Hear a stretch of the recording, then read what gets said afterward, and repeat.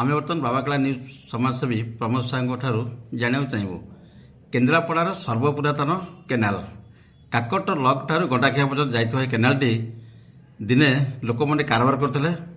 ଛୋଟ ଛୋଟ ଲଞ୍ଚ ଡଙ୍ଗାରେ ବାଣିଜ୍ୟ ବେପାର ହେଉଥିଲା। ସହର ଲୋକ ଏମିତିକି ଆମେ ଦେଖିଛୁ ରୋଷେଇ ମଧ୍ୟ କରିବାକୁ ପାଣି ନେଉଥିଲେ।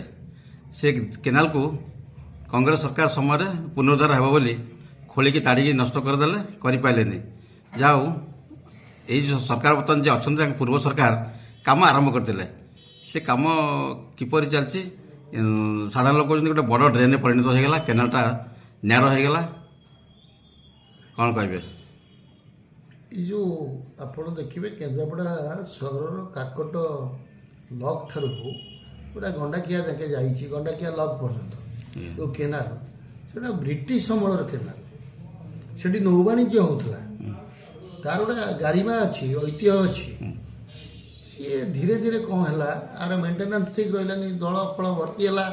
ଆପଣ ଯେଉଁ ଜଳସେଚନ ବିଭାଗ କେନ୍ଦ୍ରାପଡ଼ାରେ ଅଛି, ପ୍ରତିବର୍ଷ ଦଳ ସଫେଇ ନାଁରେ ଲକ୍ଷ ଲକ୍ଷ ଟଙ୍କା ଫଲ୍ସ କରି ଖାଇଲେ, କିନ୍ତୁ ସଫେଇ ହେଲାନି। ସମସ୍ତେ ଏଦିকে ଜାଣିଲେ, ନିରବଧ ଷ୍ଟ୍ରାଇକ୍ ରହିଲେ। ଆଉ ସବୁଠୁ ଦୁର୍ଭାଗ୍ୟଜନକ ଦୁଃଖ ଘଟଣା ହେଲା, ମୁଁ ଭାରି ଦୁଃଖିତ ଏବଂ ଆଚମ୍ବିତ যে কেন্দ্রাপড়া সহরে এই যে এতে গোটা সহর অঞ্চলের ব্রিটিশ অমলর কেনাল তাকে গোটে আপনার ন্যারো করে কটকরে যেমন ড্রেন নাই, সে গোটে মানে উন্নত ধরনের ড্রেন করলে।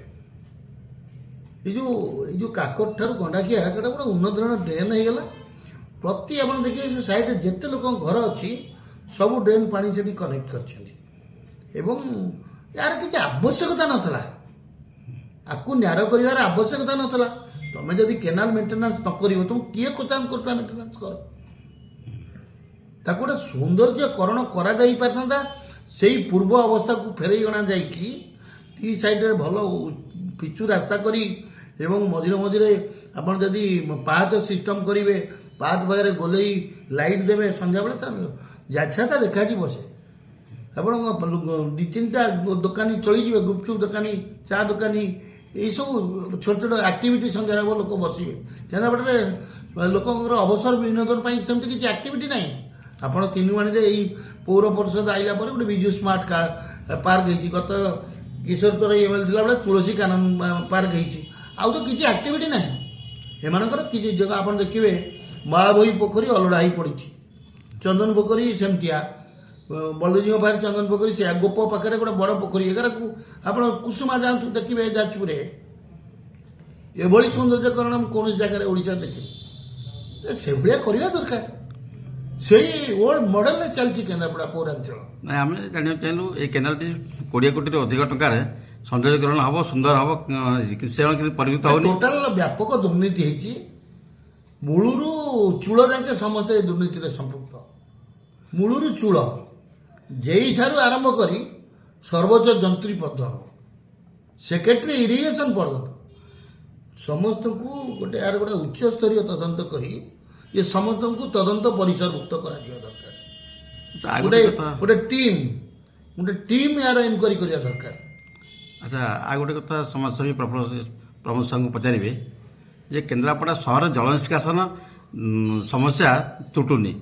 ଯେ ଆମେ ଜାଣିଛନ୍ତି ଯେ ମଧୁସାଗର ବୋଲି ଥିଲା, ବାଲିଆ କିମ୍ବା ଦୁହୁରିଆରୁ ବାହାରିକି ସେ ଯାଇଛି କୋଉଠି ଶେଷ କୋଉଠି ଆରମ୍ଭ କହିପାରିବନି, କିନ୍ତୁ ସେ ମଧୁସାଗର ସମସ୍ୟା ସୃଷ୍ଟି କରିଛି ଜଳ ନିଷ୍କାସନରେ। କ'ଣ କହିବେ? ଆପଣ ଗୋଟେ ବଡ଼ ସମ୍ବେଦନଶୀଳ, ଗୁରୁତ୍ୱପୂର୍ଣ୍ଣ ଏବଂ ତାତ୍ପର୍ଯ୍ୟପୂର୍ଣ୍ଣ ପ୍ରଶ୍ନ ପଚାରିଛନ୍ତି।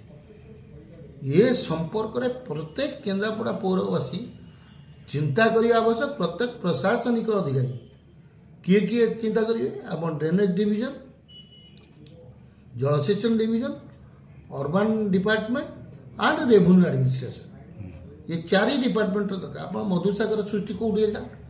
ଆପଣ ଓଳାଶୁଣୀ ପାହାଡ଼ ସାଇଡ୍ରେ ଯେଉଁ ଯାଇଛି ପାଇକରାପୁର, ଆପଣ ମାହାଙ୍ଗା ନିର୍ବାଚନ ମଣ୍ଡଳୀର ସେଠି ବଳଦେବଜୀଙ୍କ ମନ୍ଦିର ଅଛି। ସେଠି ଜଣେ ମଧୁ ଦୈତ୍ୟ ଥିଲେ କନ୍ଦରାସୁରଙ୍କର ସେନାପତି, ଯାହାକୁ ଏହା ପୁରାଣରେ ବର୍ଣ୍ଣିତ।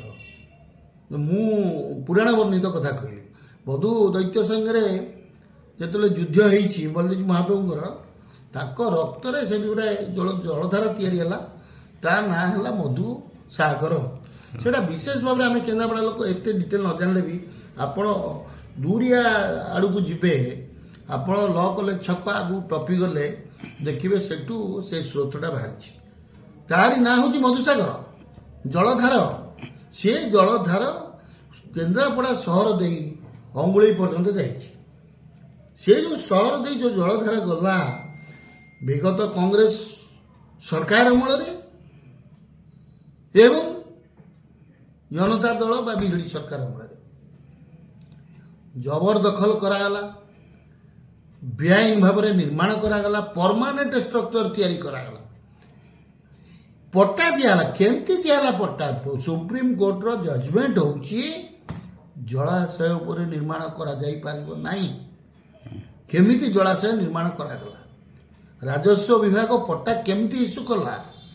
ଆପଣଙ୍କର ମ୍ୟୁନିସିପାଲିଟି ବା ପ୍ଲାନିଂ ଡିପାର୍ଟମେଣ୍ଟ ଯୋଉଟା ଅଛି କେନ୍ଦ୍ରାପଡ଼ା ରିଜନାଲ ଇମ୍ପ୍ରୁଭମେଣ୍ଟ ଟ୍ରଷ୍ଟ, ଏମାନେ ପ୍ଲାନ୍ ଆପ୍ରୁଭାଲ କେମିତି କଲେ?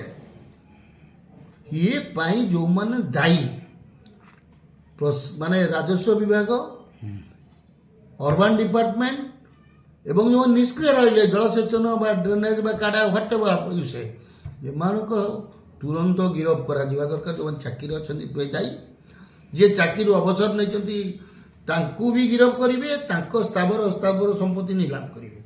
ଏହା ଦ୍ୱାରା ବହୁ ଲୋକଙ୍କର ଧନ ଜୀବନ ସବୁ କ୍ଷତି ହୋଇଛି। ଆପଣ 48 ଘଣ୍ଟା ଲଗାଣ ବର୍ଷା କେନ୍ଦ୍ରାପଡ଼ା ପୌରାଞ୍ଚଳରେ ହବ, ଯେହେତୁ ଜଳପଥ ଅବରୋଧ ସେଇପାଇଁ ପାଣି ନିଷ୍କାସନ ହେଇପାରୁନାହିଁ। ଆପଣ ଯେତେ ପାଇପ୍ ବସାନ୍ତୁ, ଯେତେ ପାଇପ୍ ପକାନ୍ତୁ, କୋଉ ପୌରବାସୀ କିଛି କର୍ତ୍ତୃପକ୍ଷ କିଛି କରିପାରିବେନି, ତାଙ୍କ ହାତରେ ନାହିଁ। ବର୍ତ୍ତମାନ ମୋର ଦିଟା କଥା ଯେ এই ଅବରୋଧ କାର୍ଯ୍ୟ କନଷ୍ଟ୍ରକ୍ସନକୁ ତୁରନ୍ତ ଭାଙ୍ଗି ଦେବା ପାଇଁ ଗୋଟେ ପାର୍ଟ, ଏଥିପାଇଁ ଜାଇ ଅଫିସରଙ୍କ ବିରୁଦ୍ଧରେ କାର୍ଯ୍ୟାନୁଷ୍ଠାନ ନେବ ଗୋଟେ ପାର୍ଟ, ଥାର୍ଡ ପାର୍ଟ ଆଉ ଯେତିକି ଅଛି ତାକୁ ସୁରକ୍ଷିତ ସରକାର କରିବା ପାଇଁ ସ୍ୱତନ୍ତ୍ର ଯୋଜନା ତିଆରି କରନ୍ତୁ। ସେଇ ମଧୁସାଗର ଦି ସାଇଡ୍ଟା ଆପଣଙ୍କର ପଥର ପ୍ୟାକିଂର ବ୍ୟବସ୍ଥା କରନ୍ତୁ। ଆର ସବୁ ରେକର୍ଡ ଅଛି କୋଉଠି? ଜୋବ୍ରାରେ ଯୋଉ ରେକର୍ଡ ଡାଇରେକ୍ଟର ମ୍ୟାପ୍ ପବ୍ଲିକେସନ ସେଠି ରେକର୍ଡ, ସେଠି ସବୁ ନକ୍ସା ଅଛି। ଏଠି ନୂଆ ଜିଲ୍ଲା ହେଲା ପରେ ଏଠି ହସ୍ତାନ୍ତର ହେଇଛି, ସବୁ ଗୋଳମାଳିଆ ହେଇକି ଅଛି। ସରକାର ଏଥିପାଇଁ ଗୋଟେ ତଦନ୍ତ କମିଶନ, ରାଜସ୍ୱ ବିଭାଗ, ଅର୍ବାନ ଡିପାର୍ଟମେଣ୍ଟ, ଜଳସେଚନ ଡିପାର୍ଟମେଣ୍ଟ ଏବଂ ଏ ଯୋଉ ଡ୍ରେନେଜ ଡିପାର୍ଟମେଣ୍ଟ ତାକୁ ନେଇକି ଗୋଟେ କମିଟି କରନ୍ତୁ, ତଦନ୍ତ କରନ୍ତୁ, ଟାଇମ ବ୍ରାଞ୍ଚ କାମ ଦିଅନ୍ତୁ, ଦେଇକି ସେ ଅବରୋଧ ହଟେଇ ଦିଆଯାଉ, ପୁରା ପରମାନେଣ୍ଟ ତା ଦି ସାଇଡରେ ପଥର ପ୍ୟାକିଂ କରାଯାଉ। ଆପଣ ଦେଖିବେ କେନ୍ଦ୍ରାପଡ଼ା ସହରରେ ଜଳାର୍ଣ୍ଣବ ହବ ନାହିଁ। ଡ୍ରେନେଜ ଡିଭିଜନ କୋଉଠି ଅଛି ଆପଣ ଦେଖିଛନ୍ତି? କୋଉଠି ଏକ୍ଜିକ୍ୟୁଟିଭ ଅଫିସ ଜିଲ୍ଲା ହେଡକ୍ୱାର୍ଟର ନ ରହିକି ଅନ୍ୟ କୋଉଠି ରୁହେ? ଲୁଚି ଛପିକି ଗୋଟେ କୁଆଡେ ଯାଇ କଣରେ ପଡିଛି। ମୁଁ ବିରୋଧ କରୁନି ଗୋଟେ ଅନ୍ୟ ଅଞ୍ଚଳରେ ଅଫିସଟା ହେଇଛି ବୋଲି। ଆପଣ ସାଲାଇନ୍ ଡିଭିଜନ ବି ଆଳି ଦେଖିଛି, ଡ୍ରେନେଜ ଡିଭିଜନ ମାର୍ସାଇ, ଏସବୁ ଲୁଟପାଟ ଚଲେଇଛନ୍ତି ଲୁଚି ଛପିକି। ଏଇ ଯୋଉ ଅବରୋଧ ସେମାନେ ଜଳଶୟ ଏଇ ଯୋଉ ଡ୍ରେନେଜ ବାଲା ଅଧିକା କରାଉଛନ୍ତି ପ୍ରୋତ୍ସାହନ, ତାକି ସେ ଫଲ୍ଟ ମିଲ୍ କରି ଖାଇବେ। ବେଆଇନ ଭାବରେ ଗଢ଼ି ଉଠିଛି ସବୁ। ବଡ଼ ବଡ଼ ହୋଟେଲ, ବଡ଼ ବଡ଼ ଆପାର୍ଟମେଣ୍ଟ, ବଡ଼ ବଡ଼ ମନ୍ଦିର ସବୁ ଯିଏ ଯାହା ପାରିଛନ୍ତି କରିଛନ୍ତି କନଷ୍ଟ୍ରକ୍ସନ। ମା ବାପ ନଥିଲା ଭଳିଆ ଜଳସ୍ତର ଏ ଯୋଉ ଜଳଧାରକୁ ଅବରୋଧ କରାଯାଇଛି। ସରକାର ଗୋଟେ ସ୍ୱତନ୍ତ୍ର କମିଶନ ବସାନ୍ତୁ, ଏ ବିଷୟରେ ତଦନ୍ତ କରାଯାଉ।